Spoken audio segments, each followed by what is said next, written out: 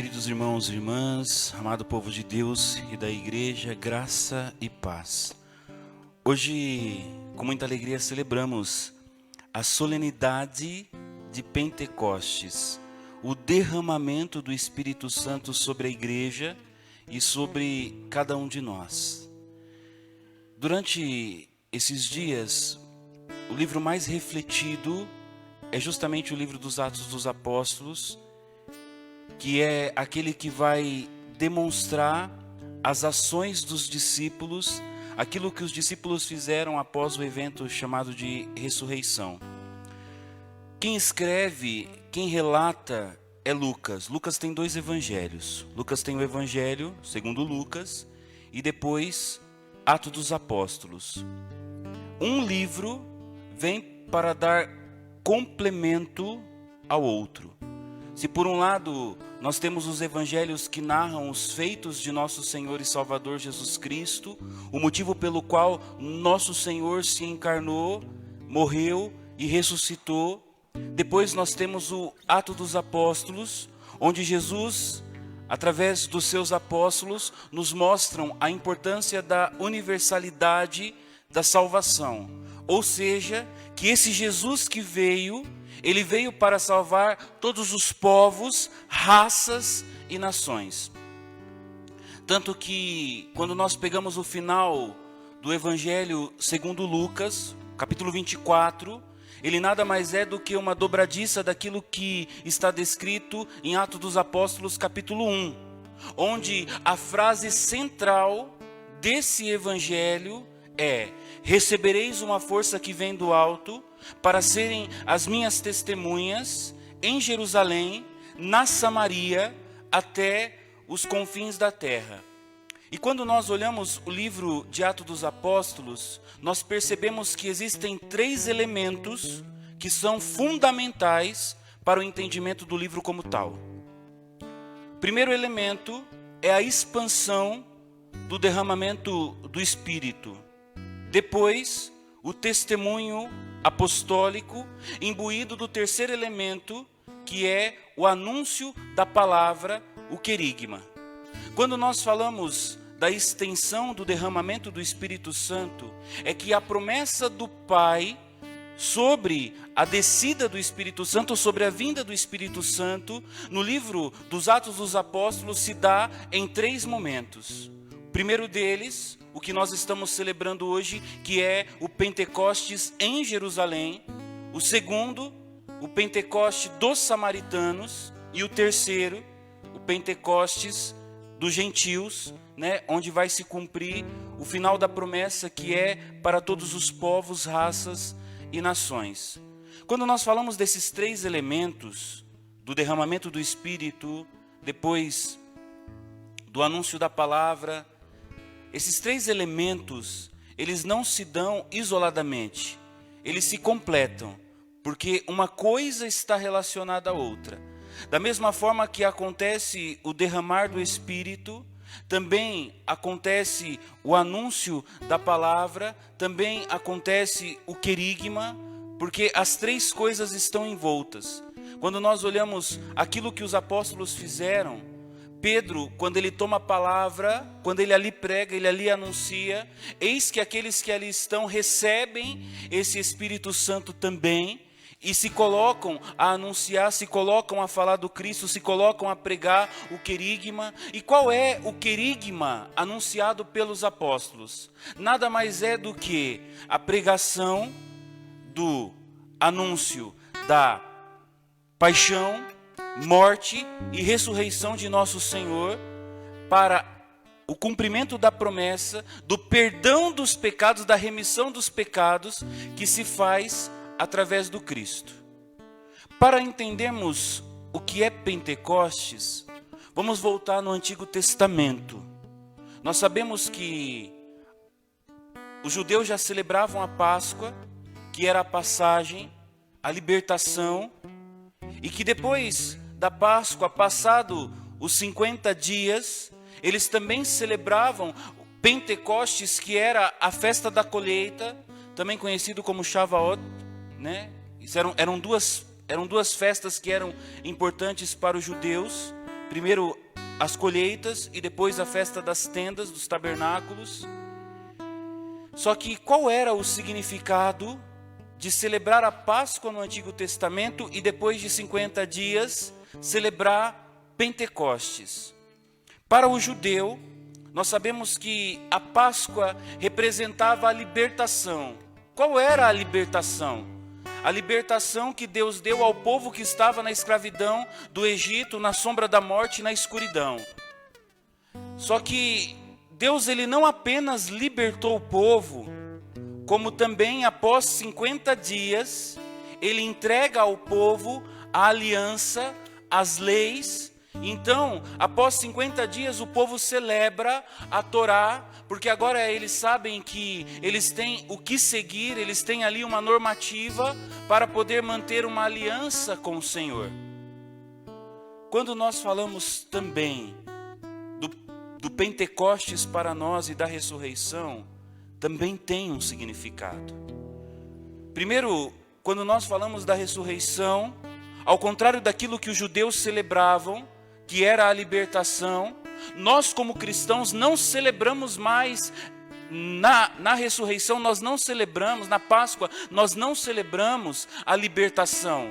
O que nós como cristãos celebramos agora é a salvação, porque por intermédio do Cristo que veio até nós, aquilo que estava fechado, porque para os judeus a morte era a palavra final, a partir de Cristo nós agora temos o acesso à salvação. É possível para nós adentrarmos o reino dos céus, adentrarmos a presença de Deus, se entendemos que céu é presença de Deus.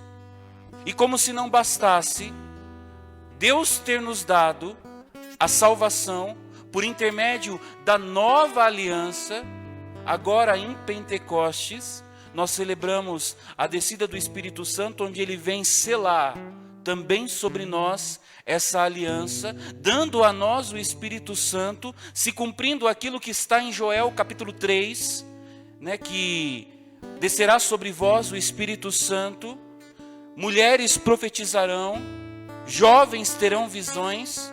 Então ali se dá todo o cumprimento, onde o Espírito vem sobre os apóstolos e não mais agora eles precisarão ficar de portas fechadas com medo da represária dos judeus, porque esse Espírito que agora invadiu o coração dos apóstolos, como nós vemos hoje na leitura de Atos dos Apóstolos, esse Espírito agora coloca os apóstolos em missão. Padre, qual é a necessidade do Espírito Santo? Por que Deus, ele envia do alto os céus o Espírito Santo sobre os apóstolos e sobre a igreja? Porque Deus, ele sabia da nossa fragilidade humana. Deus, ele sabia das dificuldades que nós encontraríamos enquanto igreja. E a prova de que o Espírito Santo, ele é dado para a igreja, para cada um de nós, se dá na escolha que eles fazem logo após a traição de Judas. Antes do derramamento do Espírito Santo, nós vemos em Atos dos Apóstolos que eles escolhem um homem chamado Matias para substituir Judas, porque esse número 12 representa a igreja, e o Espírito Santo, ele é dado para nós, para a igreja, para que nós possamos nos colocar em missão, anunciando o Cristo morto e ressuscitado, que derrama sobre nós o Espírito Santo para a remissão dos pecados. Por isso, a ordem de Jesus sobre os apóstolos no Evangelho de hoje: vão, e aqueles a quem vós perdoardes os pecados, eles serão perdoados. Vão, levem a palavra, levem o anúncio, para que o nome de Jesus possa ser conhecido por todos. Aí nós entendemos o derramamento do Espírito Santo. Eu tenho certeza que essa Páscoa na tua vida nunca se fez tão presente como agora, a palavra. Porque muitos de nós estamos trancados em nossas casas ainda, e às vezes sem forças, com medo, angustiado, sem saber o que será o dia de amanhã. Muitas pessoas que estão ouvindo essa pregação estão morrendo de medo com os acontecimentos dos últimos dias, mas a palavra do Senhor ela é clara, não nos deixará órfão, Ele envia sobre nós o Espírito Santo, assim como Ele está enviando o Espírito Santo sobre você agora. Esse Espírito que está dentro de vós é convidado a uma nova efusão para te colocar a caminho, para que você recomece a sua caminhada. Filho, você não está sozinho. A palavra do Senhor é clara. Quando Jesus ele é elevado aos céus, antes disso ele já fala: olha, é necessário que eu vá para que o Espírito Santo ele venha. E o Espírito Santo ele veio sobre a igreja, ele se faz presente na igreja. Tem muitas pessoas que estão com medo, estão dizendo assim: olha, quer dizer que agora, como as igrejas estão fechadas, está tudo perdido, está tudo acabado. Não foi à toa que no início dessa Santa Missa eu fiz questão de pedir para Pascom colocar esse vídeo para você. Se você está chegando agora, volta depois nessa gravação e veja o vídeo. Não é apenas um dia de igreja, não são 2, não é um ano, não são 3 anos, não. A nossa igreja ela já existe há mais de 2000 anos. A nossa igreja ela já venceu a Primeira Guerra Mundial, já venceu a Segunda, já venceu inúmeras pandemias. Tantas coisas que já aconteceram, mas existe o cumprimento da promessa. A promessa que descerá sobre ela o Espírito Santo e serão testemunhas. Mais ainda, filho, quando Jesus ele se encontra com Pedro, a palavra dele é clara: sobre esta pedra edificarei a minha igreja, o poder do inferno nunca poderá vencê-la. Olha, Pedro, vou te dar a chave do reino dos céus, tudo aquilo que tu ligares na terra será ligado no céu. Então por que tem medo, filho? Você não precisa ter medo, não. O Espírito Santo que é Senhor de todas as coisas, Ele que procede do Pai e do Filho, e com o Pai e o Filho é adorado e glorificado. Esse Espírito, Ele continua a conduzir a nossa igreja, Ele continua a guiar a igreja. Os apóstolos, quando eles começaram lá no primeiro século da igreja a pregar, a anunciar, não pensa vocês que o anúncio deles era simplesmente em praça pública? Também. Mas às vezes fazia-se necessário, por causa das represárias romanas, eles se reunirem nas pequenas catacumbas. E nem por isso o evangelho deixou de ser anunciado. Nem por isso o evangelho deixou de ser proclamado. Pode ser que tenha algumas pessoas dizendo assim: padre, eu não gosto de missa live.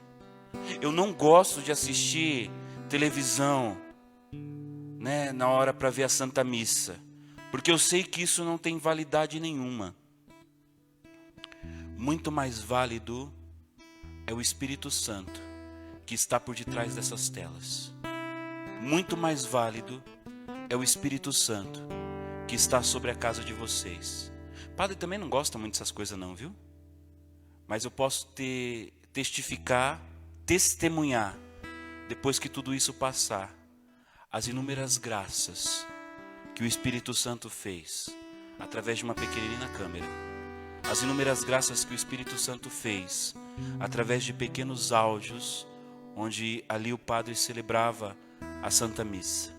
Tenho certeza que ainda tem muitas graças que Deus quer derramar na vida de cada um de vocês.